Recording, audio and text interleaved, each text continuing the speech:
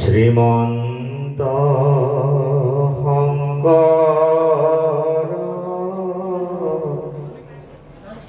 হৰি ভকত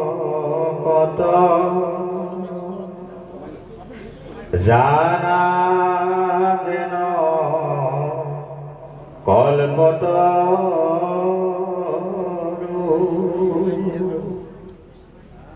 তাহান্ত বিনাই নাই নাই নাই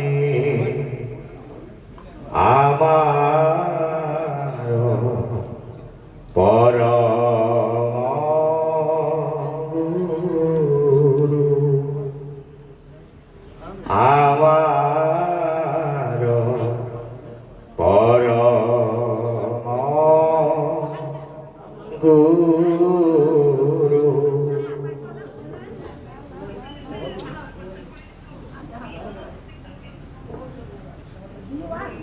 শ্ৰীমন্ত শংকৰদেৱ সংঘৰ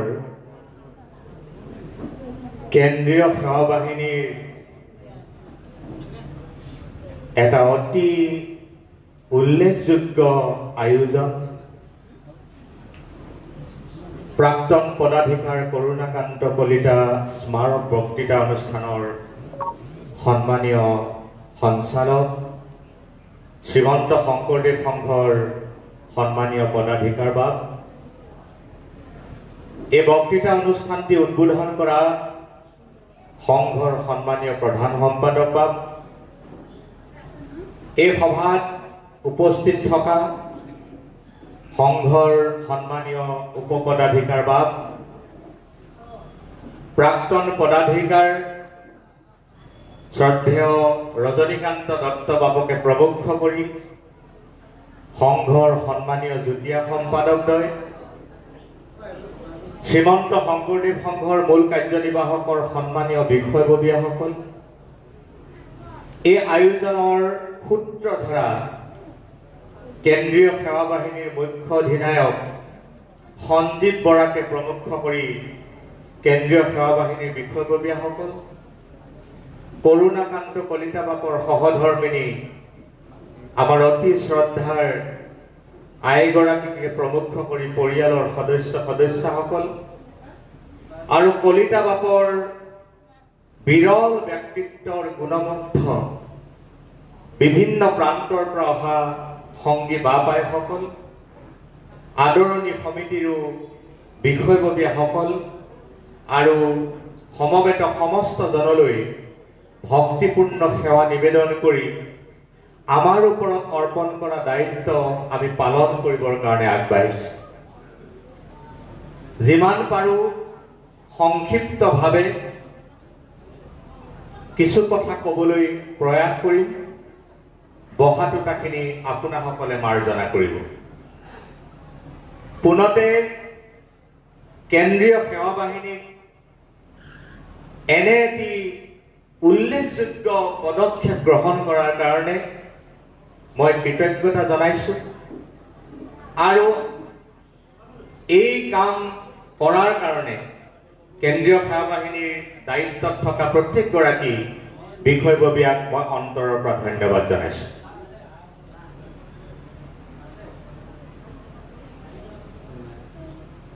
কেতিয়াবা একোজন মানুহ এটা মহৎ অনুষ্ঠানত পৰিণত হয়, নহয়নে? কেতিয়াবা এজন মানুহ এটা জাতীয় অনুষ্ঠানলৈ ৰূপান্তৰিত হয়। একোজন মানুহ কেতিয়াবা এটা বিৰাট স্পিৰিট বুলি কয়, যাক ইংৰাজীত ভাৱ শক্তি, তালে ৰূপান্তৰিত হয় একোজন মানুহ।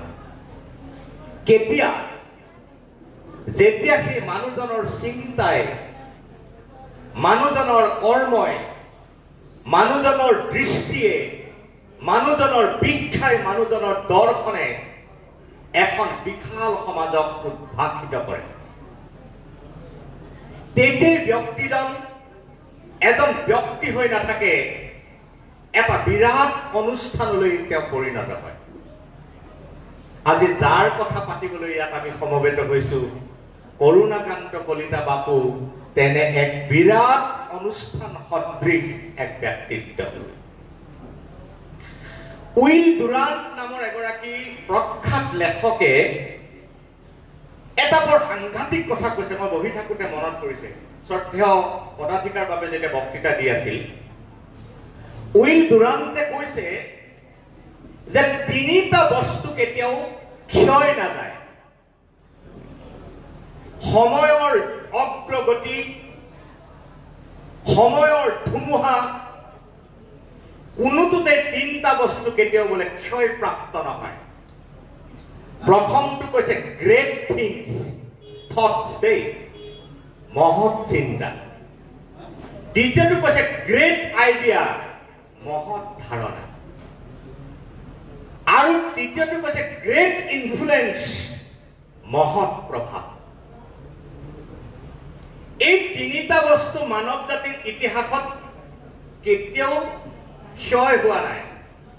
এই মানৱ জাতিৰ ওপৰেৰে কিমান ধুমুহা পাৰ হৈ গৈছে, মহৎ চিন্তাৰ এতিয়ালৈকে মৃত্যু হোৱা নাই।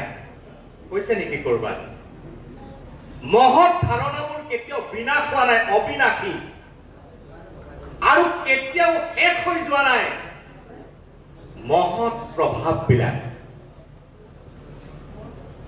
আৰু যিজনে এই মহৎ আদৰ্শ এটা থৈ যাব পাৰে, মহৎ চিন্তাৰে মানুহক উদ্ভাসিত কৰিব পাৰে আৰু মানুহৰ চেতনাত এটা প্ৰভাৱ পেলাই থৈ যাব পাৰে, সেইজনো কিন্তু স্থায়ী হৈ থাকি যায়।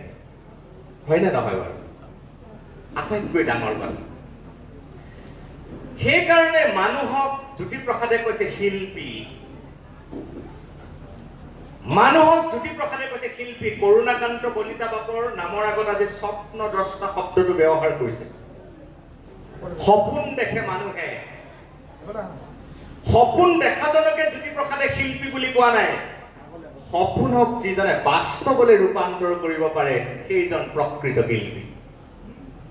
কোনোবা এগৰাকী দাৰ্শনিকে কৈছিল, মোৰ নামটো মনত নাই কিন্তু বাক্যটো মনলৈ আহিছে, যে সপোন দেখাজনৰহে মৃত্যু হয়, কিন্তু সপোনটোৰ মৃত্যু নহয়।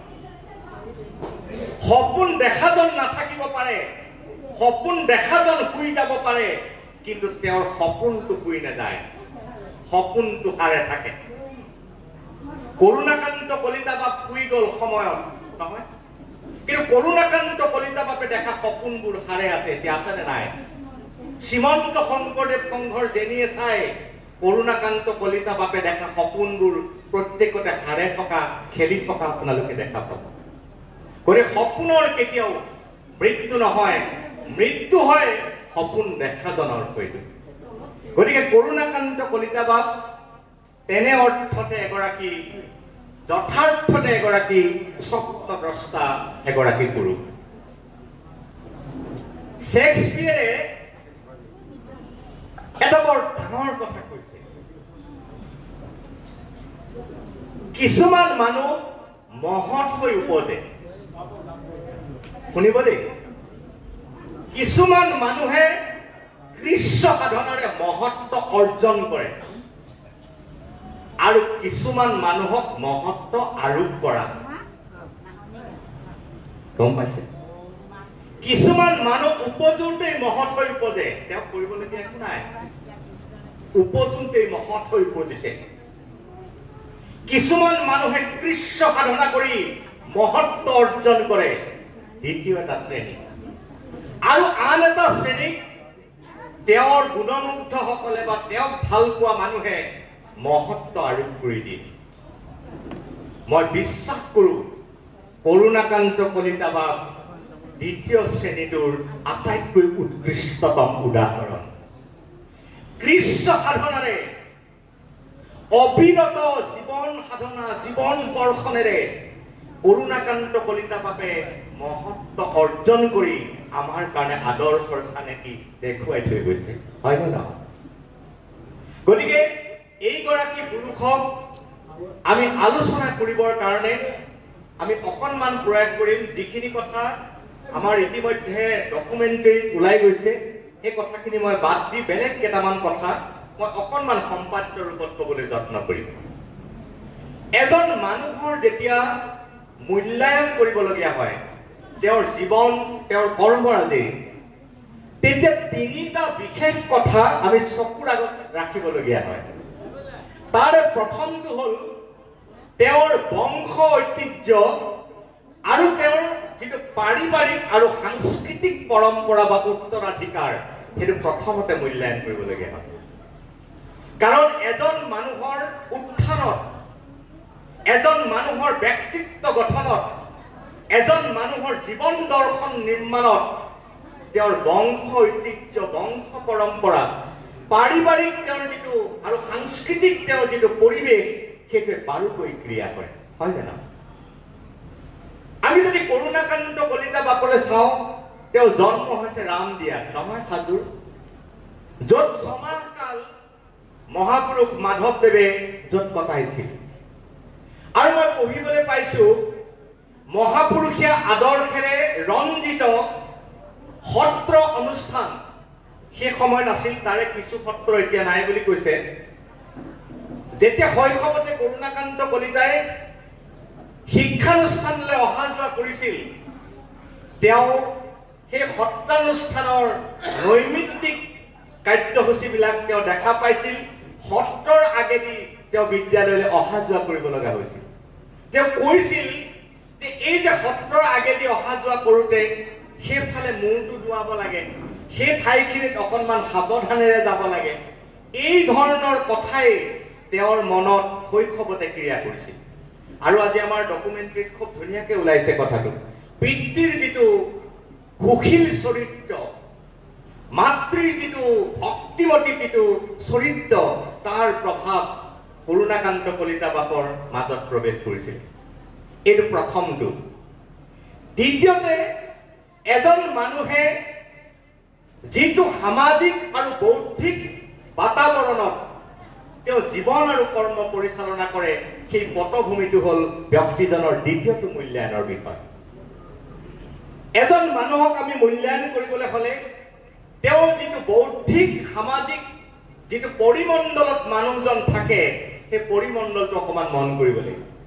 আৰু কৰুণাকান্ত কলিতা বাপৰ ক্ষেত্ৰত আমি পোনে পোনে আমি একেষাৰে ক'ব পাৰোঁ, ঢকুৱাখনাই য'ত তেওঁ কৰ্মজীৱন আৰম্ভ কৰিছিল, অকল কৰ্মজীৱনে নহয়, কৰুণাকান্ত কলিতা বাপৰ বৰ্ণময় জীৱনৰ আটাইবোৰ সোণালী পৃষ্ঠাত ঢকুৱাখানাৰ স্পৰ্শ আছে, ঢকুৱাখানাৰ বৰঙণি আছে।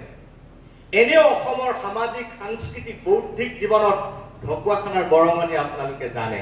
আজি সময় নাই, আমাৰ হোমেন বৰগোহাঁইৰ ৰচনা পঢ়িলে আপোনালোকে পাব। বাৰু যি নহওক, ঢকুৱাখানাৰ বৰঙণি, কৰুণাকান্ত কলিতাৰ শিক্ষক জীৱন, কৰুণাকান্ত কলিতাৰ সামাজিক জীৱন, কৰুণাকান্ত কলিতাৰ আধ্যাত্মিক জীৱনৰ আৰম্ভণি, কৰুণাকান্ত কলিতাৰ সাংস্কৃতিক জীৱনৰ আৰম্ভণি আৰু বিস্তাৰত ঢকুৱাখানাৰ বিপুল বৰঙণি আছে, নহয় জানো? আজি ৰাসত অভিনয় কৰাৰ কথা কৈছে, শিক্ষক হিচাপে তেওঁৰ আচৰণ আৰু প্ৰভাৱৰ কথা আজি আলোচনা হৈছে। গতিকে স্বাভাৱিকতে ঢকুৱাখানাৰ পৰা কৰুণাকান্ত কলিতা বাপে যিটো সামাজিক পৰিৱেশৰ সহযোগ পাইছিল, যিটো বৌদ্ধিক পৰিৱেশে ঢকুৱাখানাৰ যিটো বৌদ্ধিক পৰিৱেশে কৰুণাকান্ত কলিতাক প্ৰভাৱ পেলাইছিল, তাৰ কিন্তু বৰঙণি কৰুণাকান্ত কলিতাৰ ব্যক্তিত্ব গঠনত, তেওঁৰ বহুমুখী তেওঁৰ সামাজিক দৃষ্টিভংগী গঠনত, পৰৱৰ্তী কালত এগৰাকী জাতীয় জীৱনৰ এগৰাকী এনেধৰণৰ মহানায়ক ৰূপত কৰুণাকান্ত কলিতাক পোৱাৰ অন্তৰালত এই পটভূমিৰ, এই পৃষ্ঠভূমিৰ কিন্তু ভূমিকা আছে। আৰু তৃতীয়টো হ'ল ব্যক্তিজনৰ একান্ত যিটো সাধনা বা অধ্যৱসায়, সেইটো হ'ল তৃতীয়টো গুৰুত্বপূৰ্ণ বিষয়। একোজন ব্যক্তিৰ এটা নিজস্ব মৌলিক একান্ত সাধনা আৰু অধ্যৱসায়ৰ ক্ষেত্ৰ থাকে। সেই ক্ষেত্ৰখনলৈ মন নকৰাকে ব্যক্তিজনক মূল্যায়ন কৰিব নোৱাৰি। এতিয়া কৰুণাকান্ত কলিতা বাপ, মই এটা প্ৰবন্ধত লিখিছো শ্ৰীমন্ত শংকৰদেৱ সংঘৰ যি সোণালী ইতিহাস তাক মই দুটা খণ্ডত ভাগ কৰি লিখিছোঁ। মই দুটা খণ্ডত ভাগ কৰি আলোচনা কৰিবলৈ যত্ন কৰিছোঁ। একেবাৰে প্ৰতিষ্ঠাপকসকলৰ পৰা সোণাৰাম চুতীয়ালৈকে শ্ৰীমন্ত শংকৰদেৱ সংঘৰ বৰভেটি স্থাপনৰ সোণালী যুগ, এইটো প্ৰথম। আকৌ এবাৰ কৈছোঁ, প্ৰতিষ্ঠাপক ৰমাকান্ত মুক্তিয়াৰ এটা হলধৰ ভূঞাৰ পৰা সোণাৰাম চুতীয়ালৈকে শ্ৰীমন্ত শংকৰদেৱ সংঘৰ বৰভেটি স্থাপনৰ সোণালী যুগ, এইটো প্ৰথমটো। আৰু শ্ৰীমন্ত শংকৰদেৱ সংঘৰ বিস্তাৰ আৰু সমৃদ্ধিৰ সোণালী যুগ কৰুণাকান্ত কলিতাৰ নেতৃত্বৰ পৰা এতিয়ালৈকে চলি থকা যুগ। ভুল হৈছে নেকি বাৰু? শ্ৰীমন্ত শংকৰদেৱ সংঘৰ সমৃদ্ধি আৰু বিকাশৰ দ্বিতীয়টো যিটো স্বৰ্ণ যুগ কৰুণাকান্ত কলিতা বাপৰ নেতৃত্বৰ পৰা এতিয়ালৈকে অব্যাহত আছে। এই দুটা সোণালী যুগৰ মণিকাঞ্চন সংযোগে শ্ৰীমন্ত শংকৰদেৱ সংঘক এনে এটা গৰিমামণ্ডিত অনুষ্ঠানলৈ ৰূপান্তৰ ঘটাইছে, হয়? এইগৰাকী মহান যিগৰাকী আমাৰ পুৰুষ কৰুণাকান্ত কলিতা, তেওঁৰ প্ৰতিভাৰ, আজি মোৰ বিষয়টোত অকণমান তেওঁৰ প্ৰতিভা আৰু কৃতিৰ অকণমান আলোচনাৰ কথা কৈছে। মই আগতে কৈছোঁ যিখিনি কথা দেখুওৱা হৈছে, অলপ অলপ স্পৰ্শ হৈছে, সেইখিনি বাদ দিছোঁ। মই কেইটামান অকণমান কথা ক'ব বিচাৰিছোঁ। আমি কৰুণাকান্ত কলিতা বাপক, তেওঁৰ গোটেই ব্যক্তিত্ব আৰু প্ৰতিভাক মই তিনিটা বিশেষ দৃষ্টিৰে চাব কৈছোঁ। প্ৰথমটো হ'ল তেওঁৰ যিটো চিন্তাৰ পৰিমণ্ডল আৰু দৃষ্টিভংগী, সেই দৃষ্টিকোণৰ পৰা এক ধৰণে। দ্বিতীয়তে মই চাব খুজিছোঁ তেওঁৰ যিটো জীৱনবোধ আৰু জীৱন দৰ্শন, আমাক আটাইতকৈ অনুপ্ৰাণিত কৰিছিলে আমাৰ দৰে সেই সময়ৰ কিশোৰসকলক, শিশুসকলক, যৌৱনৰ প্ৰথম খোজ দিয়া আমাৰ সেই সময়ত আটাইতকৈ বেছি কলিতা বাপৰ পৰা আমি অনুপ্ৰাণিত হৈছিলোঁ, প্ৰভাৱিত হৈছিলোঁ। এই দ্বিতীয়টো তেওঁৰ যিটো জীৱনবোধ আৰু জীৱন দৰ্শন, এটা অনুকৰণীয় জীৱনশৈলী, life style, art of living. মানে আৰ্ট অফ লিভিং বুলি ক'লে সেই সময়ত এখন ছবিয়ে আমাৰ চকুৰ আগলৈ আহিছিলে, কৰুণাকান্ত কলিতা বাপ, আৰ্ট অফ লিভিং। কেনেকৈ এটা এস্থেটিক এছেন্স লৈ মানুহে জীৱন যাপন কৰিব পাৰে, কেনেকৈ পৰিশীলিতভাৱে ভাবিব পাৰে, পৰিশীলিতভাৱে মানুহ এজনে কেনেকৈ জীয়াই থাকিব পাৰে, জীয়াই থকাটো যে পৃথিৱীৰ আটাইতকৈ ভালকে জীয়াই থকাটো আটাইতকৈ ডাঙৰ কলা, কলিতা বাপে আমাক অনুপ্ৰাণিত কৰিছিল। আৰু সেই জীৱন দৰ্শন আৰু জীৱনবোধটো তেওঁ গঢ়িবৰ কাৰণে আমাক অনুপ্ৰাণিত কৰিছিলে, উদ্বুদ্ধ কৰিছিলে। আৰু তৃতীয়টো মই ল'ব খুজিছোঁ তেওঁৰ সৃষ্টিশীল কৰ্মবিলাক। তেওঁৰ সৃষ্টিশীল কৰ্মৰ ভিতৰত বৌদ্ধিক কৰ্মখিনি আজি অলপ অলপ আলোচনা হৈছে। এই বৌদ্ধিক কৰ্মৰ ভিতৰত মই দুটামান কথা আলোচনা কৰি দিব বিচাৰিছোঁ। সেই কথাকেইটা ইয়াত পূৰ্বতে আলোচনা হোৱা নাই। তাৰ ভিতৰত দুটা কথা আছে। আমি পূৰ্বতে আমাৰ এটা কথা মই উনুকিয়াই গৈছিলোঁ যে সংঘৰ তেওঁ এগৰাকী যুৱ স্ৰষ্টা। কি কাৰণে যুৱ স্ৰষ্টা? তেওঁ কেইটামান উল্লেখযোগ্য কাম কৰিছে সংঘৰ ইতিহাসত। প্ৰথমটো কৈছে মই সাংগঠনিক দিশ, য'ত জিলা গঠন, শাখা কাৰ্যালয় নিৰ্মাণ, পুঁজি গঠন, বহিৰাজ্যলৈ সংঘৰ শাখা প্ৰশাখা বিস্তৃতি কৰা ইত্যাদিবিলাক, এইটো এটা সাংগঠনিক দিশৰ এটা দিশ। দ্বিতীয়তে বৌদ্ধিক দিশত তেওঁ এটা নৱযুগৰ সূচনা কৰিছে, যিবোৰ কথা অলপ আগত ওলাইছে, আলোচনী প্ৰকাশ, গৱেষণা পত্ৰিকা প্ৰকাশ, গ্ৰন্থ প্ৰকাশ, বিশেষকৈ শংকৰ মাধৱৰ ৰচনাৰাজিৰ অনুবাদ, বিদ্যায়তনিক আৰু বৌদ্ধিক দৃষ্টিৰে সংকলন সম্পাদনা, এই ধৰণৰ কামৰ তেওঁৰ এটা নেতৃত্ব দি সেই কামবোৰ তেওঁ শুভাৰম্ভ কৰি থৈ গৈছে। সাংস্কৃতিক শংকৰী সংগীত বিদ্যালয়, পৰীক্ষা পৰীক্ষক গঠন, শংকৰী সংগীতৰ বৰগীতৰ স্বৰলিপি প্ৰস্তুত কৰা ইত্যাদিবিলাক উল্লেখযোগ্য কামত তেখেতৰ নেতৃত্বতে সম্পন্ন হৈছিল। আৰ্থ সামাজিক ক্ষেত্ৰত অলপ আগতে ওলাইছে কথাটো যে আজিকালি thrift and credit cooperative society হৈছে, আগতে আৰ্থিক বিকাশ বেংক, আৰ্থিক বিকাশ সমিতি, সেই ধৰণে এটা আৰম্ভ কৰিছিল আৰ্থ সামাজিক দিশত। একেদৰে শৈক্ষিক দিশত শ্ৰীমন্ত শংকৰদেৱ বিদ্যালয় প্ৰতিষ্ঠা, মহাপুৰুষ শ্ৰীমন্ত শংকৰদেৱ বিশ্ববিদ্যালয় প্ৰতিষ্ঠাৰ স্বপ্ন। মোৰ এটা কথা ভাল লাগে, প্ৰথম যেতিয়া শংকৰদেৱ বিশ্ববিদ্যালয় ইণ্টাৰভিউ হৈছিল তেতিয়া doctor Kandarpa Kumar Deka sir vice চেঞ্চেলৰ আছিল। সেই তালৈ এজন তেওঁ এক্সপাৰ্ট হিচাপে তেওঁ ইণ্টাৰভিউ ল'বলৈ গৈছিল আৰু তলৰ পৰা মই ধৰি নি এতিয়া কোনে সোমালেই প্ৰথম ফ্ল'ৰত থকা যিটো ৰুম সেই ৰুমটোতে কৈছিল তালৈকে লৈ যোৱাৰ মোৰ কিন্তু সৌভাগ্য হৈছিল। অথনি আমাৰ বাপে কৈছে সেই কথাটো, আৰু সেই সময়ত বাপৰ চকুত এটা তৃপ্তি আৰু প্ৰশান্তি আৰু প্ৰাপ্তিৰ এটা মই জ্যোতি সেই সময়ত দেখা পাইছিল। এই কথাখিনি উল্লেখযোগ্য। তাৰপিছত তেখেতৰ যিটো বৌদ্ধিক ব্যক্তিত্ব, সেই ব্যক্তিত্বটোৰ ক্ষেত্ৰত তেখেতৰ সৃষ্টিৰাজি আমি অকণমান কথা পাতিব লাগিব। কলিতা বাপে ঘাইকৈ প্ৰবন্ধ, কবিতা এই দুই ধৰণৰ ৰচনাত তেওঁ ঘাইকৈ মন দিছিল।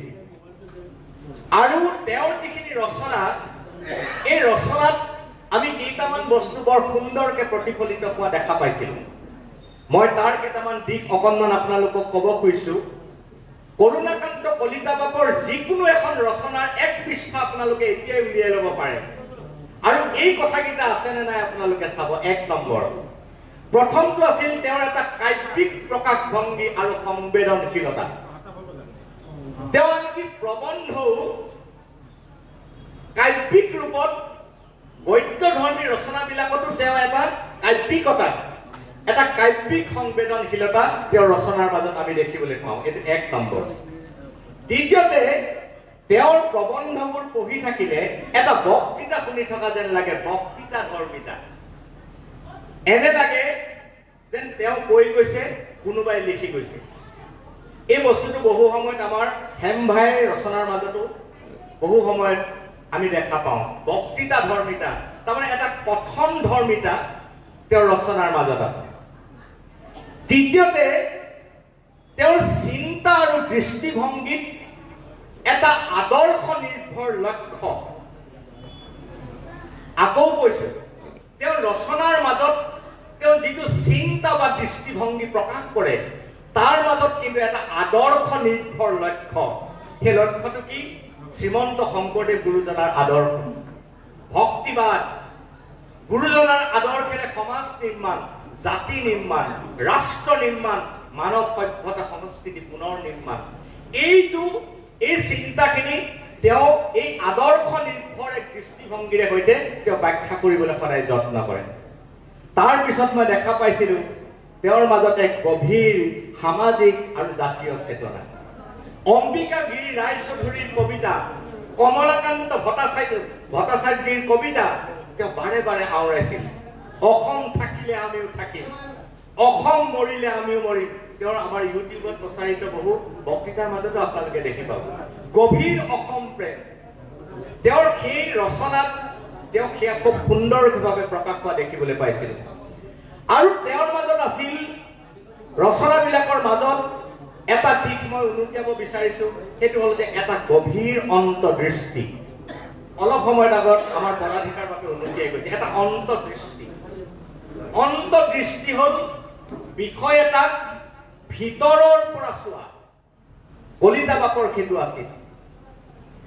মহাপুৰুষ শ্ৰীমন্ত শংকৰদেৱৰ আদৰ্শ, মহাপুৰুষ শ্ৰীমন্ত শংকৰদেৱৰ চিন্তা, মহাপুৰুষ শ্ৰীমন্ত শংকৰদেৱৰ দৰ্শনক এটা অন্তৰ্দৃষ্টিৰে চাই তাক পুনৰ তাক বিশ্লেষণৰ প্ৰয়াস এটা আমি তেওঁৰ ৰচনাৰ মাজত দেখিবলৈ পাওঁ। তাৰ পিছত এটা দৃষ্টিভংগী তেওঁৰ ৰচনাৰ মাজত আছিল, সেইটো প্ৰতিখন ৰচনাৰ শেষৰ ফালে থাকে গভীৰ আশাবাদ। তেওঁ পদাধিকাৰ কলমৰ বহু সংখ্যাত তেওঁ প্ৰথমে লিখিছিল আমাৰ কীৰ্তনৰ পদটো, কৰিছো আশা যিটো চিৰকাল নকৰিও তাক ভংগ গোপা। এটা আশাবাদী দৃষ্টিভংগী, সি সেৱা বাহিনীৰ পৰাই হওক, আই মাতৃৰ পৰাই হওক বা সমাজৰ অন্যান্য শ্ৰেণী লোকৰ পৰাই হওক, এটা আশাবাদী দৃষ্টিভংগী তেওঁৰ ৰচনাৰ মাজত আছিল। তাৰ পিছত তেওঁৰ ৰচনাৰ মাজত আমি দেখিছিলো এটা গভীৰ ঐতিহ্যানুৰাগ, ঐতিহ্যৰ প্ৰতি এটা শ্ৰদ্ধা, ঐতিহ্যৰ প্ৰতি এটা দায়বদ্ধতা, ঐতিহ্যৰ প্ৰতি এটা সন্মানবোধ তেওঁৰ ৰচনাৰ মাজত প্ৰকাশিত হৈ আছে। তেওঁৰ যিটো ভাৰতীয়তা, মই কেইটামান প্ৰবন্ধৰ উদাহৰণ মই আপোনালোকক দিম, আৰু গোটেই ৰচনাখিনিৰ মাজত আৰু এটা দৃষ্টিভংগীৰ কথা কৈ লওঁ। সেইটো যে এটা তত্ত্বানুসন্ধানী দৃষ্টিভংগী, এটা তত্ত্ব ব্যাখ্যা তেওঁৰ ৰচনাৰ মাজত আছিল। আৰু সেইখিনি যদি আপোনালোকে চাব খোজে তেতিয়াহ'লে কেইটামান প্ৰবন্ধ আপোনালোকে চাব পাৰে। মই আজি কৈ দিওঁ প্ৰবন্ধ কেইটা। এটা প্ৰবন্ধ তেওঁ আদ্য দশমত ৰাসলীলা, তেওঁ এটা খুব বিখ্যাত প্ৰবন্ধ। ভাগৱত ধৰ্ম প্ৰবন্ধটো আপোনালোকে মেলি চাব পাৰে। তেওঁৰ এটা প্ৰবন্ধ গীতাৰ অমৃত ধাৰা। আৰু তেওঁৰ ৰচনাবিলাকত আৰু এটা বস্তু আছে যে আৰম্ভণিত সদায় আকস্মিকতা, যেন আগত আৰু কিবা কৈ আছিলে তেনেকুৱা লাগিব। মই উদাহৰণটো দিছো, আপোনালোকে চাব। গীতাৰ অমৃত ধাৰা প্ৰবন্ধটো তেওঁ এনেকৈ আৰম্ভ কৰিছে। প্ৰবন্ধটো প্ৰথম বাক্যটো চাব। প্ৰবন্ধটোৰ নাম হ'ল গীতাৰ অমৃত ধাৰা। তেওঁ আৰম্ভ কৰিছে এনেকে, বিষাদেৰে আৰম্ভ গীতা, প্ৰথম বাক্য। দ্বিতীয় বাক্যটোত লিখিছে বিষাদৰ উদ্ৰেক ঘটিছিল অৰ্জুনৰ। তৃতীয় বাক্যটো শুনক, উভয় পক্ষতে আত্মীয় স্বজন বন্ধু বান্ধৱ অনেক। চতুৰ্থ বাক্যটো চাওক, পিতামহ গুৰুস্থানীয় লোক আদিৰ যুদ্ধত বিনাশ ঘটিব। তাৰ পিছৰ বাক্যটো চাওক, এইসকলক মাৰি ৰাজ্য লাভ কৰাৰ গৌৰৱ কৰি। আপোনাৰ এনে লাগিব যেন ই যেন কোনোবা মাজৰ পৰা, ইয়াৰ আগত যেন বহুত কথা তেওঁ কৈ আহিছিলে, বেলেগ এটা খণ্ডহে যেন তেওঁ আৰম্ভ কৰিছে। বিষাদেৰে আৰম্ভ গীতা। এই যিটো আকস্মিকতা, আকস্মিকভাৱে এটা বিষয় আৰম্ভ কৰে আৰু আৰম্ভ কৰি তেওঁ বিষয়টোৰ বিশ্লেষণ কৰে। একেদৰে আপোনালোকে চাব পাৰে তেওঁৰ আন এটি প্ৰবন্ধ আছিলে হিংসা এৰি কৰা উপকাৰ। তাৰ মই এটা বাক্য আপোনালোকক পঢ়ি দিছো। তেওঁ কৈছে যে অহিংসাই সৃষ্টি কৰে এক ভক্তিময় পৰিৱেশ। আৰম্ভ কৰিছে প্ৰবন্ধটো। এই পৰিৱেশ প্ৰত্যেকখনতে অক্ষুণ্ণ ৰখাটো আমাৰ প্ৰধান দায়িত্ব। আৰম্ভ কৰিছে। আপোনাৰ এনে লাগিব অকল যদি সেই বাক্যটো দি দিয়ে আপোনাৰ এনে ধাৰণা হ'ব যে মোক আগৰখিনি নিদিলা নেকি, তাৰমানে আগত কিবা কোৱা আছিলে, এই ধৰণৰ আৰম্ভণি। আৰু তেওঁৰ এটা প্ৰবন্ধ, বাৰু সেইটো মই এৰি দিছো, দীঘলীয়া হ'ব। সামৰণিৰ ফালে কিন্তু এক ধৰণৰ কাব্যিক গদ্য তেওঁ শেষৰ ফালে ব্যৱহাৰ কৰে।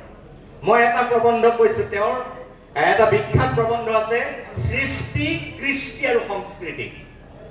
আমাৰ মুনীন্দ্ৰ মহন্ত বাবে খুব ধুনীয়াকৈ তেওঁৰ গোটেই ৰচনাৱলী এটা খণ্ড প্ৰকাশ কৰিছে। আমাৰ বাপসকলে ল'ব লাগে আচলতে। এতিয়াও তেখেতৰ আলমাৰীত বিক্ৰী নোহোৱাকৈ মই বহুত কিতাপ থকা দেখিছো। মই ভাবো আমাৰ সংগী বাপাসকলে যত্ন কৰি সেই কিতাপখিনি সংগ্ৰহ কৰিব লাগে। এই প্ৰবন্ধটো তেওঁ কেনেকৈ সামৰিছে চাব। এটা কাব্যিকতা। স্বৰ্গদেউ চুকাফাই অসম গঢ়িলে, শংকৰে দিলে প্ৰাণ, কোনে কৰে থান বান, অসমীয়া হোৱা সাৱধান সাৱধান। সেইটো হ'ল সাৱধান।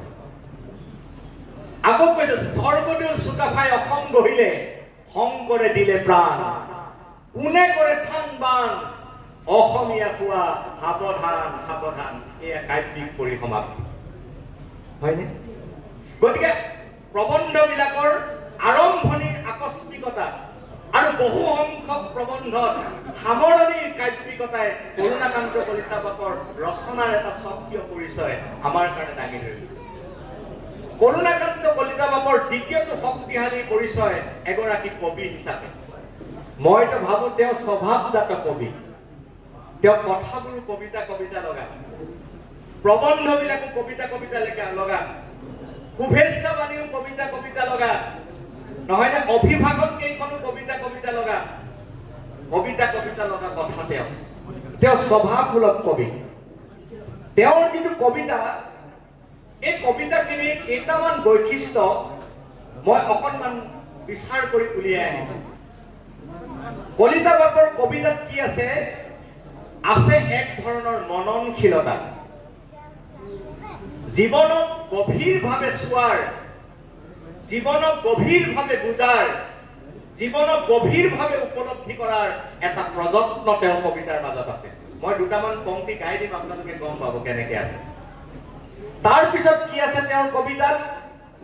তেওঁৰ কবিতাত আছে এক ধৰণৰ আনুভূতিক ব্যঞ্জনা, এটা ব্যঞ্জনাময় ৰূপ তেওঁৰ কবিতাৰ মাজত আমি দেখা পাওঁ, এটা আনুভূতিক ব্যঞ্জনা।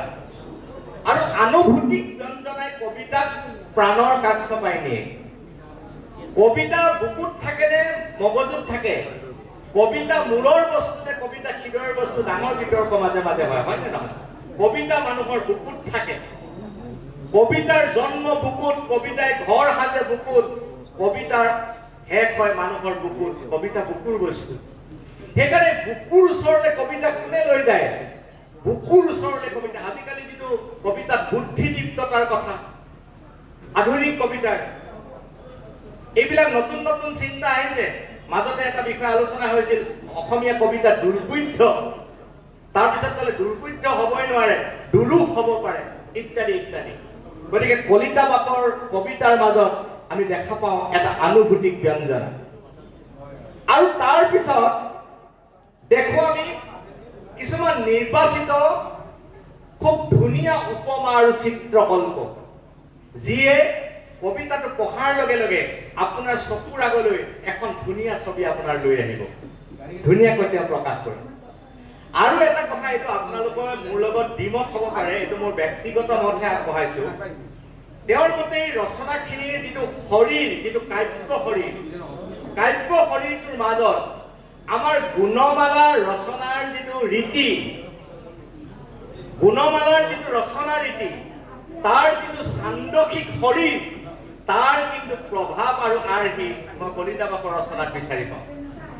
মই অলপ বহলকে পিছত লিখিম এই বিষয়ে। এইকেইদিন বক্তৃতাটো দিবৰ কাৰণে অকণমান যেতিয়া ভালকে পঢ়িছো, মই মাজে মাজে এটা পংক্তি পঢ়াৰ পিছত মাজে মাজে গুণমালাৰ পদ এটা আহি মোৰ চকুৰ আগত ৰৈ যায়। দেখিছো যে গুণমালা যিটো কুসুমমালা ছন্দত মহাপুৰুষ শ্ৰীমন্ত শংকৰদেৱে ৰচনা কৰিছিল, সেই ছন্দৰ আৰ্হি বা প্ৰভাৱ বা প্ৰেৰণা বা এক ধৰণৰ সূক্ষ্ম অনুকৰণ তেওঁৰ কিন্তু কবিতাৰ মাজত আছে। এতিয়া তেওঁৰ কবিতাবিলাকৰ এই ৰীতিটো মই অকণমান কৈ দিছো, আপোনালোকে জানে তথাপি মনত পেলাই দিছো।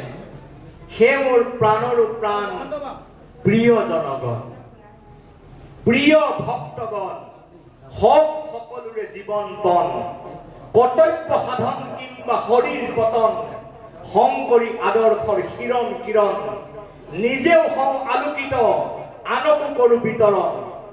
এয়া আকৌ আমাৰ যুৱক যুৱতীসকল তেওঁৰ প্ৰধান লক্ষ্য। তেওঁ এদিন এটা বক্তৃতাত কৈছিল, মই শান্তিৰে মৰিব পাৰিম।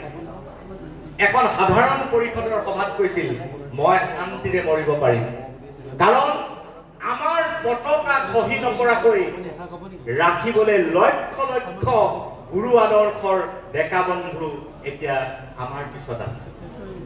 সেইকাৰণে তেওঁ ডেকা বন্ধুসকলক উজ্জীৱিত কৰিব পৰাকৈ তেওঁলোকৰ ভিতৰত এটা শংকৰদেৱ চেতনা, শংকৰ প্ৰাণ জগাই তুলিবৰ কাৰণে কবিতাৰে তেওঁ ক'বৰ কাৰণে যত্ন কৰিছিল।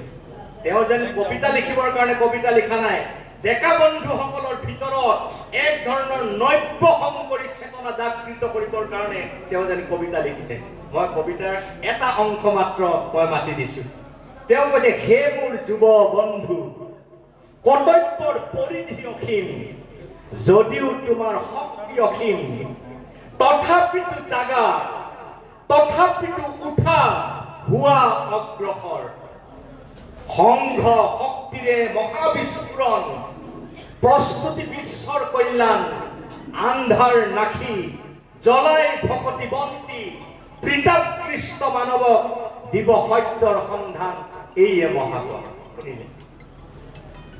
এই যে তথাপিতো উঠা, তথাপিতো জাগা, এই যে উতিষ্ঠত জাগৃত সৰ্ববলান নিবোধত, এই যে মই অলপ আগত কৈছিলো এটা ঐতিহ্যানুৰাগ, ভাৰতীয় দৰ্শন, ভাৰতীয় চিন্তা, ভাৰতীয় ঐতিহ্যত ভাৰতীয় মানুহক জগোৱাৰ, ভাৰতীয় মানুহক উদ্বুদ্ধ কৰাৰ যি মহামন্ত্ৰ আছিল, তাক যেন সেই ভাৱটোকে আনি তেওঁ পুনৰ লিখিছে, তথাপিতো জাগা, তথাপিতো উঠা, উতিষ্ঠত জাগ্ৰত, হয়নে নহয়? গতিকে এইদৰে তেওঁ আৰম্ভ কৰিছিল।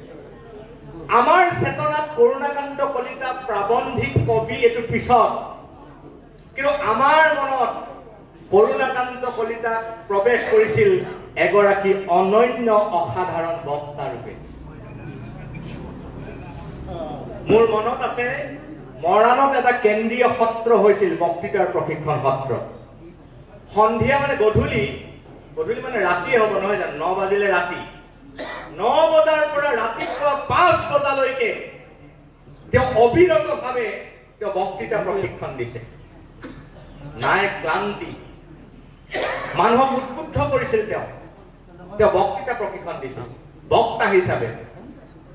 কৰুণাকান্ত কলিতা বাপক আমি বক্তৃতাৰ তেওঁ এটা শৈলী, ষ্টাইল, তেওঁৰ এটা নিজা ষ্টাইল আছিল, আৰু সেই ষ্টাইলটোৱে হ'ল কলিতা বাপৰ বক্তৃতাৰ শিল্প সৌন্দৰ্য।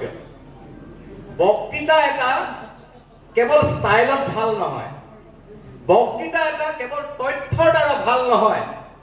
বক্তৃতা যদি প্ৰভাৱশালী হ'ব লাগে, বক্তৃতা যদি মানুহৰ চিন্তা চেতনা সলনিকাৰী ৰূপত যদি হ'ব লাগে, তেতিয়াহ'লে বক্তৃতাত এটা বস্তু থাকিব লাগিব, যিটোক কয় শিল্প সৌন্দৰ্য, এস্থেটিক বিউটি। শুনি ভাল লাগিব, মগজুকো জগাব লাগিব, বক্তৃতাটোৱে মানুহৰ চিত্তকো স্পৰ্শ কৰিব লাগিব। কৰুণাকান্ত কলিতা বাপৰ বক্তৃতাত সেই শক্তিটো আছিল, এটা শিল্প সৌন্দৰ্য। বক্তৃতাটো চাই থাকি ভাল লাগে। আজিকালি ভাষাত ক'ব পাৰি যে এজ এ পাৰফৰ্মিং আৰ্ট, এটা পৰিবেশ্য কলা কৰুণাকান্ত কলিতা বাপৰ বক্তৃতা।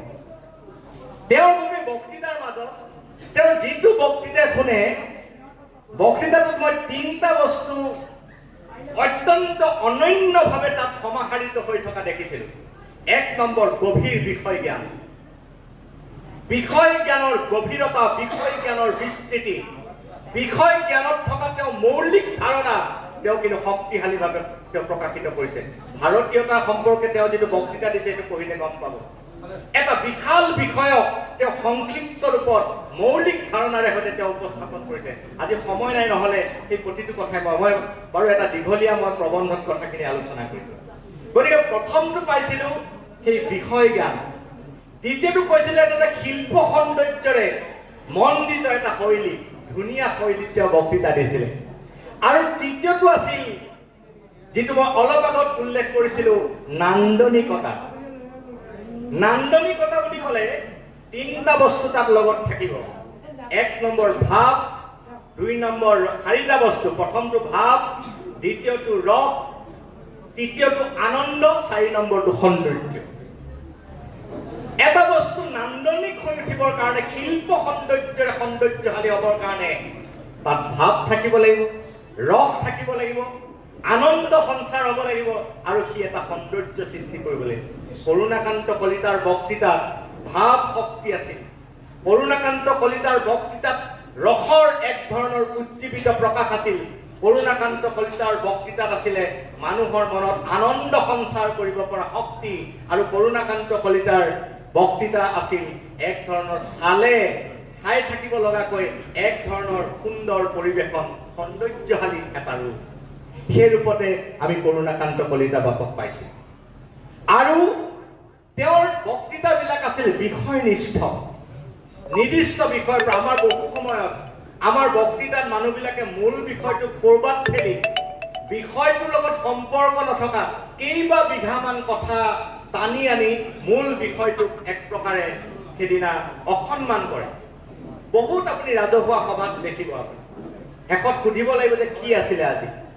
বিষয় আছিলে মাধৱদেৱৰ আৱিৰ্ভাৱ মহোৎসৱ, মাধৱদেৱৰ নামেই নোলাল। এনেকুৱা হৈ যায়। কিন্তু কৰুণাকান্ত কলিতা বাপক দেখিছিলো বক্তৃতাৰ মাজে মাজে তেওঁ বিষয়ৰ পৰা বিষয়ান্তৰলৈ যায়, কিন্তু বিষয়ান্তৰলৈ যোৱাৰ পিছত মূল বিষয়ত তেওঁ চিন্তাটো কেন্দ্ৰীভূত কৰিব পৰা এটা বিৰল দক্ষতা। তেওঁ ওলাই গৈছে বিষয়ৰ পৰা, কৈ আছিলে শংকৰী আদৰ্শ, ক'লে নিবনুৱাৰ কথা, ক'লে আলফা সমস্যাৰ কথা, ক'লে হতাশগ্ৰস্ত যুৱক যুৱতীয়ে আত্মহত্যা কৰাৰ কথা। কিন্তু পুনৰ সেই প্ৰসংগবিলাকক মূল হেতুলে, মূল কেন্দ্ৰলৈ ঘূৰাই আনি এটা ধাৰণা মানুহক দিব পৰাকৈ বক্তা হিচাপে কলিতা বাপৰ বিৰল দক্ষতা আছিল। আমি এই কথাবোৰে আমাক বাৰুকৈ আকৃষ্ট কৰিছিল। এতিয়া মই অলপমান শেষলৈ আহিছো, কাৰণ শেষ কৰিবই লাগিব, নহ'লে উপায় নাই। মোৰ এটা কথা খুব ভাল লাগিল, লক্ষ্মীনন্দন বৰা ছাৰে কৈছিল যে কৰুণাকান্ত কলিতা বাপৰ জীৱনটো উপন্যাসোপম জীৱন। বাক্যটো শব্দটো শুনিব দেই, উপন্যাসোপম জীৱন। তেওঁ কৈছিল এখন উপন্যাস লিখিবলৈ মোক এটা যেনেকুৱা জীৱন লাগে, তাৰ মানে কাহিনী বা বিষয়বস্তু হ'বলৈ, তাতোতকৈ সুন্দৰ এটা জীৱন কৰুণাকান্ত কলিতাৰ আছে। আৰু তেওঁ কৈছিল যে মই এখন উপন্যাস লেখাৰ কাম আৰম্ভ কৰিছো। মই আজি পৰিয়ালবৰ্গ বা সেৱা বাহিনীক অনুৰোধ কৰিব খোজো, এই কথাটো কোৱাৰ ঠিক 2 বছৰ নে এবছৰৰ পিছত হেম ভাই এখন কিতাপ উন্মোচন কৰিবলৈ তেখেতৰ ঘৰৰ পৰা মই একেলগে শান্তি সাধনা আশ্ৰমলৈ গৈছিলো। লক্ষ্মীনন্দন বৰা ছাৰক সুধিছিলো যে উপন্যাসখনৰ কাম কেনে। তেওঁ কৈছে যে কিছু অংশ মই ইতিমধ্যে লিখি উলিয়াইছো। পৰিয়ালত সেই কিছু অংশ থাকিব পাৰে, সেই সন্ধানটো মই পাৰিলেও কৰিম, আপোনালোকেও সুযোগ পালে তেওঁৰ ঘৰত সেই অংশটো ওলাব পাৰে। তেওঁ কৈছিল উপন্যাসোপম জীৱন। উপন্যাসৰ কাৰণে যেনেকুৱা এটা বৈবিধ্যময় জীৱন লাগে, তেনেকুৱা বৈবিধ্যময় বহু বৰ্ণময় ঐশ্বৰ্যময় জীৱন কৰুণাকান্ত কলিতাৰ। গতিকে তেওঁ কৈছিল উপন্যাসোপম জীৱন সেইজন কৰুণাকান্ত কলিতা। শেষত মই ছক্ৰেটিছৰ এটা বিখ্যাত উক্তি কৈ মই কথাখিনি সামৰিব খুজিছো। ছক্ৰেটিছে কৈছিল যে মানুহৰ মৃত্যু হ'বই, সেইটো কাকো নতুনকে ক'ব নালাগে। কিন্তু মানুহক অমৰত্ব দিব পাৰে 2টা বস্তুৱে। এই 2টা বস্তু যাৰ লগত আছে পৃথিৱীত কোনো সেই থকা লোক আজিলৈকে মৃত্যু হোৱা নাই। তেওঁ কৈছে, এটাক কৈছে জ্ঞান, নলেজ, আৰু আনটোক কৈছে আইডিয়লজি, আদৰ্শ। আদৰ্শ আৰু জ্ঞানৰ যি পূজা কৰে সেই মানুহৰ কেতিয়াও মৃত্যু নহয়। যেনেকৈ মই প্ৰথমতে কৈছিলো, সপোন দেখাজনৰ মৃত্যু হ'ব পাৰে, সপোনৰ মৃত্যু নহয়। ছক্ৰেটিছেও কৈছিল যে জ্ঞান আৰু আদৰ্শৰ যি পূজা কৰে সেইজন মানুহৰ কেতিয়াও মৃত্যু নহয়। তেওঁ এৰি যোৱা জ্ঞান, দি যোৱা আদৰ্শৰ মাজত তেওঁ মৃত্যুহীন হৈ থাকে। কৰুণাকান্ত কলিতা বাপ তেনেকৈ আমাৰ মাজত আছে। শ্ৰীমন্ত শংকৰদেৱ সংঘৰ ইতিহাসৰ প্ৰত্যেকটো আলোক স্তম্ভত যেনিয়ে চাই, শ্ৰীমন্ত শংকৰদেৱ সংঘৰ যেনিয়ে চাই তেনিয়ে কৰুণাকান্ত কলিতাক আলোক স্তম্ভৰ দৰে তেওঁৰ স্বপ্নবোৰ, তেওঁৰ দৃষ্টিবোৰ, তেওঁৰ অৱদানবোৰ দেখা পাব। গতিকে এজন মানুহে এটা জীৱনেৰে ইমানখিনি অৱদানেৰে সৈতে আমাক কৃতজ্ঞতাৰ পাশত বান্ধি থৈ গ'ল। গতিকে আজি মই সেৱা বাহিনীক অন্তৰৰ পৰা ধন্যবাদ জনাইছো। জ্যোতিপ্ৰসাদে কৈছিল ঐতিহ্যৰ প্ৰতি শ্ৰদ্ধা আৰু ঐতিহ্য নিৰ্মাতাসকলক কৃতজ্ঞতা জনোৱাটোৱে সংস্কৃতিবান মানুহ বা জাতিৰ লক্ষণ। এটা জাতি বা এখন সমাজ সংস্কৃতিবান হয় নে নহয় জানিব পাৰি সেই জাতিৰ মানুহৰ ঐতিহ্যৰ প্ৰতি কিমান শ্ৰদ্ধা আৰু ঐতিহ্য গ্ৰহীতাসকলৰ প্ৰতি কিমান কৃতজ্ঞতা আছে। গতিকে আজি শ্ৰীমন্ত শংকৰদেৱ সংঘৰ ঐতিহ্যৰ এক অংশ কৰুণাকান্ত কলিতা বাপক শ্ৰদ্ধাৰে আজি স্মৰণ কৰি এই অনুষ্ঠানটো আয়োজন কৰাৰ কাৰণে মই কেন্দ্ৰীয় সেৱা বাহিনীক ধন্যবাদ জনাইছো। আৰু বহুত কথা ক'বলৈ থাকি গ'ল, এটা কথা কৈ মই সামৰণি মাৰিছো। এইটো নিজৰ কথা তেখেতৰ লগত থকা এটা স্মৃতি কৈ মই সামৰণি মাৰিছো। কৰুণাকান্ত কলিতা মানুহজনৰ সৌন্দৰ্য চেতনা বৰ প্ৰবল আছে। সৌন্দৰ্য বোধ তেওঁ বহুত বেছি। মোক এদিন কৈছিল, আনিছা নেকি? মিটিঙত বহুত সময়, আজি মহন্ত বাপ নাই নহলে দেখুৱালোহেঁতেন, মানে ক্ৰীম, ঠাণ্ডা দিনত ক্ৰীম জেপত লৈ থাকে, ফেয়াৰ এণ্ড লভলি, সৰু এটা ওলাইছিলে অকমান এনেকুৱা। মোক কৈছে আনিছা নেকি? আপুনি গম নাপায় তেখেতে যে কাৰোবাক বিচাৰি আছে, সেইফালে কিন্তু তেওঁ হেৰি কৰা ধুনীয়াকে অকমান লৈ আপুনি তেওঁ যেন কিবা চুলিখিনিহে ঠিক কৰিছে। আমাক কৈছিল নামঘৰলৈ যাওঁতে, এই কথাটোৱে মই বক্তৃতা শেষ কৰিছো, নামঘৰলৈ যাওঁতে ঘৰখনৰ আটাইতকৈ ধুনীয়া চেলেংখন লৈ যাবা, ফটা চেলেং এখন লৈ নামঘৰলৈ নাযাবা।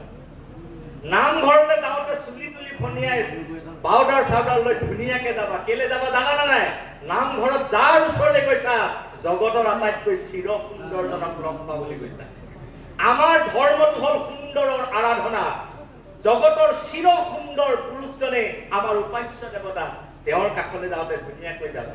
পাৰিলে চুলিখিনি আমাৰ দৰে ৰাখিবা। এনেকেও কৈছিল। চেলেংখন ধুনীয়াকৈ ল'বা, কাপোৰযোৰ ধুনীয়াকৈ পিন্ধিবা, পৰিপাটিতা। মানুহজনৰ কথা যেনেকুৱা পৰিপাটি, চিন্তা পৰিপাটি, জীৱন যাপনৰ পদ্ধতি পৰিপাটি, সাজপাৰ পৰিপাটি। উৰে ৰাতি প্ৰতিনিধি সভাত বহি থকাৰ পিছত এতিয়া যদি মোৰ টুপিখন ভালকে চাই গ'লেই দৃষ্টি নাই। গোটেই ৰাতি প্ৰতিনিধি সভাত বহি যেতিয়া নামি আহে চাব সেই একেজন মানুহ। চোলাৰ কোনো ভাঁজ তেওঁ যোৱা নাই, চেলেংখনৰ পজিশ্যন সলনি হোৱা নাই, গামোচাখন তেনেকৈ আছে, ধুতিবিলাকৰ কোচ খোৱা নাই। সেই বস্তুটো পৰিপাটিতা। চিন্তাত, জীৱনশৈলীত, কথা বাৰ্তাত, আচৰণত, আদৰ্শত এটা শিল্প। এটা কৰুণাকান্ত কলিতা বাপৰ নামটো এটা আচলতে শিল্প, জীৱনটো এটা শিল্প। জীৱনক এটা শিল্পলৈ ৰূপান্তৰ কৰি আমাক অনুপ্ৰাণিত কৰি থৈ গ'ল। আজি আচলতে মই ইয়াত কথা ক'ব নোৱাৰিলোহেঁতেন যদি কৰুণাকান্ত কলিতা বাপে আঙুলিত ধৰি আমাক উঠাই লৈ নাহিলেহেঁতেন। আমি যে ইয়াত থিয় হৈ আছো, মই যে ইয়াত থিয় হৈ আছো, এই থিয় হৈ থকাৰ পিছফালে, থিয় হৈ থকাৰ ওপৰত কৰুণাকান্ত কলিতা বাপৰ বিৰল ব্যক্তিত্বৰ প্ৰভাৱ, প্ৰেৰণা কিন্তু আমাৰ ভিতৰত লুকাই আছে।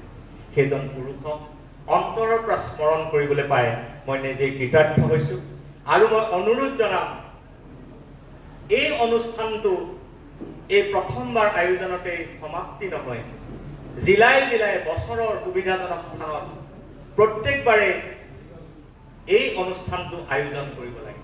কাৰণ এইবোৰ আয়োজনে একোগৰাকী মহৎ পুৰুষৰ জীৱনৰ আলোচনাই অৱলোকনে পৰৱৰ্তী প্ৰজন্মক আগবাঢ়ি যোৱাৰ বাট কাটি দিয়ে, প্ৰেৰণাৰে তেওঁলোকক আলোকিত কৰে। গতিকে সেইকাৰণে মই অনুৰোধ জনালো আৰু এইখিনি কথাৰে মই মোৰ বক্তব্য সামৰণি মাৰিছো। মই জানো তেখেতৰ বৰ্ণময় জীৱনৰ পৃষ্ঠাবিলাকৰ মাত্ৰ অকণমান অংশ মই স্পৰ্শ কৰিলো। বাকীখিনি আপোনালোকে জানে। কিবা যদি ভুল ভ্ৰান্তি হৈছে আপোনালোকে মাৰ্জনা কৰিব।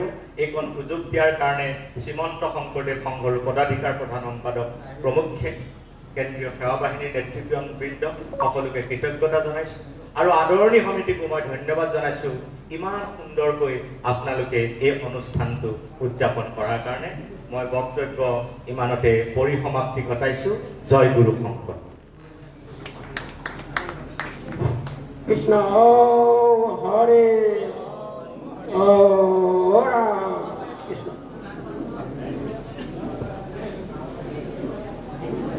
শ্ৰদ্ধাভাজন মঞ্চত উপবিষ্ট বা সমস্ত এই ঢকুৱাখানাবাসী আইবা সমস্ত, আমি সভাৰ শেষ প্ৰান্তলৈ আহিছোঁ।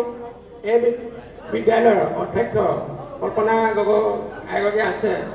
এই অনুষ্ঠানটো আপোনালোকে কেনেকুৱা পালে অলপ দোৱাৰা, যিহেতু তেখেতে সান্নিধ্য পাইছিল, অকণমান ক'লে ভাল পাম। আচলতে বিশিষ্ট অতিথিৰ ভাষণ কেইবাগৰাকী আছিলে। আমাৰ পালতো বিশিষ্ট অতিথিৰ ভাষণ আছিলে, আমি ভাষণ নিদিওঁ। কিন্তু কলিতা বাপৰ এটা কথা আমি নিশ্চয় সোঁৱৰিব লাগিব, তেখেত এজন সভা শুৱনি ব্যক্তি আছিল। সভাখনত বহি থাকিলে একদম খুব সুন্দৰ লাগে, বহুতেতো গোসাঁই মানুহ বুলিয়ে কয়, সেইটো কিন্তু আমি স্বীকাৰ কৰিব লাগিব। আৰু এটা কথা তেখেতক স্বীকাৰ কৰিব লাগিব, তেখেতে একেৰাহে বক্তৃতা দি থাকিব কিন্তু একোনো লৰচৰ নকৰে। 3 ঘণ্টা 4 ঘণ্টা 5 ঘণ্টা থাকিব, থিয় হৈ থকা হবে, থকাই থাকিব। যিকেইটা কথা ইয়াত উল্লেখ হোৱা নাই। আৰু এটা কথা, তেখেতৰ ভাষণত এটা শব্দ এবাৰহে ব্যৱহাৰ কৰিব। আমি বাৰে বাৰে ৰিপিট কৰি থাকিবলগীয়া হয়, কিন্তু কলিতা বাবে এটা শব্দ এবাৰহে ব্যৱহাৰ কৰিব, দ্বিতীয়বাৰে সেই শব্দটো ব্যৱহাৰ নকৰে। তেখেতৰ এনেকুৱা বহুত গুণ আছিলে। তেখেতক বহুত ভকতে আঁতৰৰ পৰা শ্ৰদ্ধা কৰে, ভক্তি কৰে, আপোনালোকে জানিছে। এবাৰ এই গৌৰীপুৰ মাটি ক্ৰয় কৰা সম্পৰ্কে আমি এজন ভকতৰ ওচৰত নিছোঁ। তেখেতে কৈছে মই 1 বিঘা মাটি দান আগবঢ়াম, বৰঙণি দিব, কিন্তু কলিতা বাবে আমাৰ গৃহত খাবলৈ নেখাব। এনেকৈ মোক সুধিবলগীয়া আছে। মই কৈছোঁ কিয় নেখাব, একে ভকত। কিন্তু তেখেতৰ ঘৰত আমি আপ্যায়িত কৰিছোঁ কলিতা বাপক লৈ, আৰু 1 বিঘা মাটি 15,000 টকা। তেতিয়া এক কথা ৩,০০০ টকা ১৫,০০০ টকা দি আমি ক্ৰয় কৰিছোঁ। তেখেতৰ লগত বহুতো আমি আমাৰ অভিজ্ঞতা আছিলে আছিল। আমি এইখিনি কথা নকওঁ। এতিয়া আমি সকলোৱে আপুনি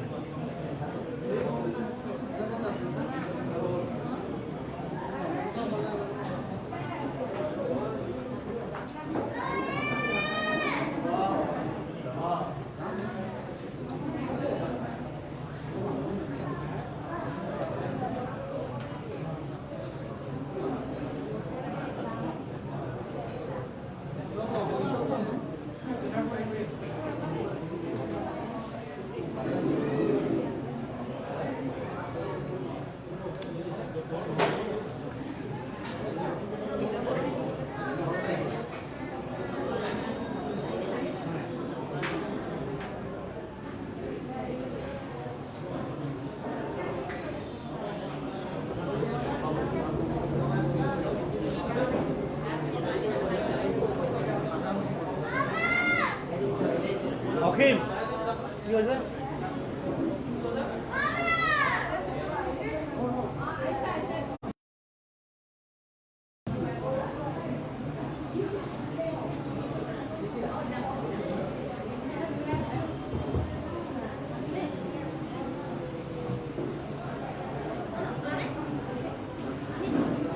কৃষ্ণ আমাৰ অতি শ্ৰদ্ধাৰ শ্ৰীমন্ত শংকৰ সংঘৰ পদাধিকাৰ মহোদয় তথা আজিৰ সভাৰ সভাপতি মহোদয়, উপ পদাধিকাৰ মহোদয়, শ্ৰীমন্ত শংকৰ সংঘৰ শ্ৰদ্ধাৰ বিষয়ববীয়াসকল, কলিতা চাহেবৰ পৰিয়ালবৰ্গ, আজিৰ সভাত উপস্থিত বিশিষ্ট সুধীবৃন্দ, আয়োজক মণ্ডলী, আপোনালোকৰ প্ৰতি মই সেৱা ধৰিছোঁ। এনে এটা মহৎ অনুষ্ঠান, এনে এটা গুৰুত্বপূৰ্ণ অনুষ্ঠান আজি আমাৰ এই বিদ্যা মন্দিৰত অনুষ্ঠিত কৰি আপোনালোকৰ মনলৈ এক অনন্য মাত্ৰা প্ৰদান কৰিছে। আমি ইয়াৰ বাবে আপোনালোকৰ ওচৰত কৃতজ্ঞতা জ্ঞাপন কৰিছোঁ। কলিকাতাৰ এনে এজন অসাধাৰণ ব্যক্তি, এনে এজন মহান ব্যক্তি আপোনালোকে আজি তেখেতৰ গুণানুকীৰ্তন কৰিছে, তেখেতৰ কৰ্মজ্যোতিৰ ওপৰত বক্তব্য ৰাখিছে। এই দিশৰ ওপৰত আপোনালোকে তেখেতক খুব ওচৰৰ পৰা পাইছে। আমি খুব চমুকৈ তেখেতৰ অন্য এটা দিশ, এজন শিক্ষাগুৰু হিচাপে, এজন শিক্ষাবিদ হিচাপে, এইখন বিদ্যালয়ৰ অধ্যক্ষ হিচাপে পাইছোঁ। সুদীৰ্ঘ 13টা বছৰ আমি তেখেতক নিচেই ওচৰত পাইছোঁ। আপোনালোকে জানে তেওঁ 1968 চনতে তেখেতে এই বিদ্যালয়ত যোগদান কৰি 2001 চনৰ 28 ফেব্ৰুৱাৰীত অৱসৰ গ্ৰহণ কৰিছে। 1996 চনৰ এপ্ৰিল মাহত তেখেতে অধ্যক্ষৰ আসন অলংকৃত কৰিছে। গতিকে আমি খুব চমুকৈ তেখেতৰ বিষয়ে তথ্যচিত্ৰত দুই এটা স্মৃতি দাঙি ধৰিবলৈ প্ৰয়াস কৰিছোঁ। অন্য এটা দিশ, ইমান এজন বিশাল ব্যক্তি, ইমান এজন ব্যস্ত ব্যক্তি, ইমান অনুষ্ঠানৰ লগত অৰ্থাৎ শ্ৰীমন্ত শংকৰ সংঘৰ কামত ব্যস্ত থকাৰ মাজতো তেখেতে সৰু সৰু কিছুমান কথাৰ ওপৰত কেনেধৰণে গুৰুত্ব প্ৰদান কৰে তাৰ প্ৰতি মই আপোনালোকক চমুকৈ জনাব বিচাৰিছোঁ। আমি এই বিদ্যালয়ত 1988 চনত সহকাৰী শিক্ষয়িত্ৰী হিচাপে যোগদান কৰিছিলোঁ আৰু সেই সময়ত মই নিজেও এগৰাকী ছাত্ৰী আছিলোঁ। এইখন বিদ্যালয়ত আমি যোগদান কৰাৰ সময়ত সহকাৰী শিক্ষয়িত্ৰী একমাত্ৰ মই আছিলোঁ আৰু আমাৰ বিষয় শিক্ষয়িত্ৰী আজি সভাত উপস্থিত আছে শ্ৰীযুতা পদ্মধৰা বাইদেউ আছিল। গতিকে আমাৰ এইখন বিদ্যালয়ত আন্তঃৰাষ্ট্ৰীয় খ্যাতি সম্পন্ন ব্যক্তিও আছে। ডক্টৰ চন্দ্ৰধৰ চমুৱাৰ পৰা আদি কৰি কলিতা ছাৰলৈকে অসাধাৰণ ব্যক্তিৰ সমাহাৰ এইখন বিদ্যালয়। গতিকে তেখেতলোকৰ সন্মুখত আমি থিয় হৈ কিবা এটা ক'বলৈ সাহস কৰা নাছিল, ভয় লাগিছিল, কিন্তু তেখেতে খুব সহজ কৰি দিছিল। আজি আমি অভিভূত, আমি জানো সমগ্ৰ অসমতে তেখেতৰ যিটো পাণ্ডিত্য, সেই পাণ্ডিত্যৰ বিষয়ে আমি জানো। তথাপিও আমি একেটা সমন্বয়তে এখন সাধাৰণ আৰবী বেঞ্চত একেলগে সময় অতিবাহিত কৰিছিলোঁ। জিৰণিৰ সময়খিনি বিভিন্ন ধৰণৰ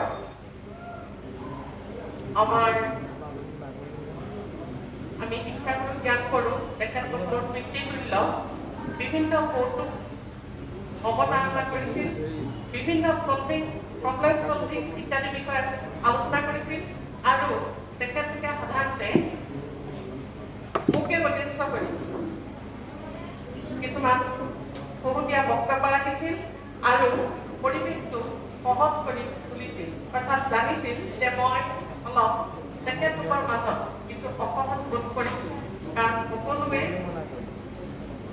আমাতকৈ বয়সত বহুত শ্ৰেষ্ঠ, বহুত বয়সত শ্ৰেষ্ঠ, জ্ঞানত আমি তেখেতলোকৰ ওচৰত চাপিব নোৱাৰোঁ।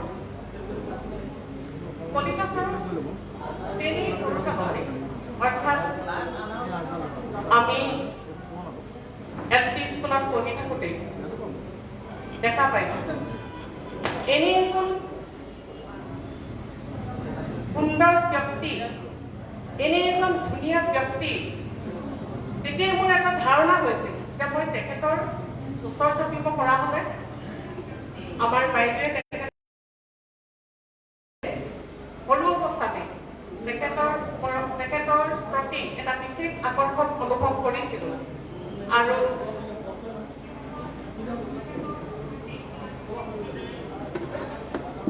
দেউতাক মই এইখিনিতে উল্লেখ কৰিব বিচাৰিছোঁ।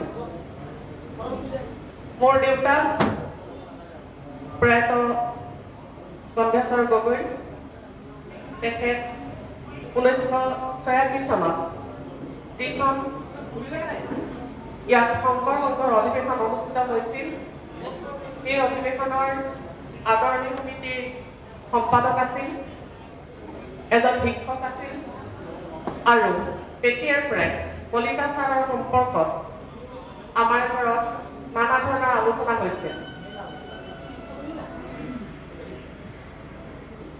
ছাৰে আমাক যি ধৰণৰ কল্যাণমূলক জ্ঞান কৰিছিল,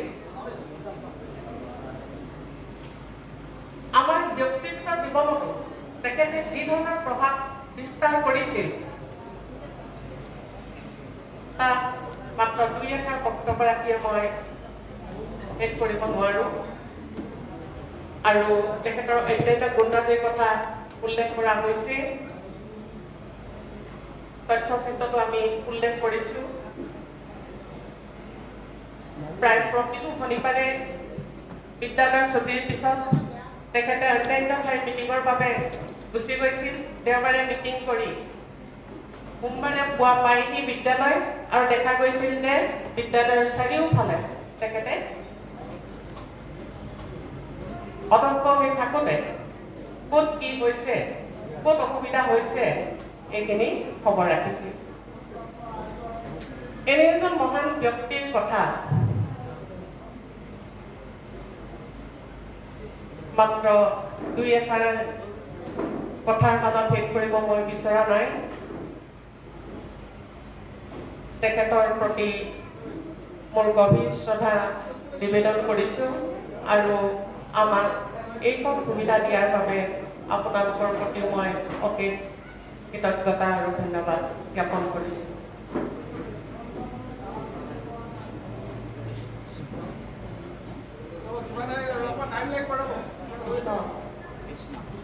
Oh